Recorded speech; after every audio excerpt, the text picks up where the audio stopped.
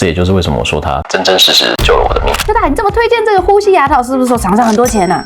你也这么认为吗？其实才没有呢。我会推荐这个东西啊，是因为它真的救了我一命。以前呢，我是一个115公斤的胖子，我一个晚上睡觉会呼吸中止89次，连醒着都在喘，帮病人洗牙都会打呼。他是觉得我很紧张，一直喘。这个治疗很困难吗？医生是不是很菜、很紧张？那个时候怎么认识到这个厂商？因为在开始做数位医疗，做那个口扫，它是一个口扫机的厂商开发出来的技术转移完成。那时候整个牙科没有那么完整的一个理论基础，所以我当时算是死马当活马医来治疗我自己，想说啊，如果不是这个，就是呼吸器了。神奇的事后来就发生了，戴上这个呼吸牙套睡觉之后啊，不仅睡得越来越好，精神也越来越好。隔半年吧，呼吸中的次数从89次下降到60次，睡眠的品质也显著的上升，摄氧量也变好。这也就是为什么我说它真真实实救了我的命。所以我推荐的不是产品，而是一个改变的起点。你身边也有打呼怪兽吗？赶快把这支影片传给他，连我都走过来了，你一定可以。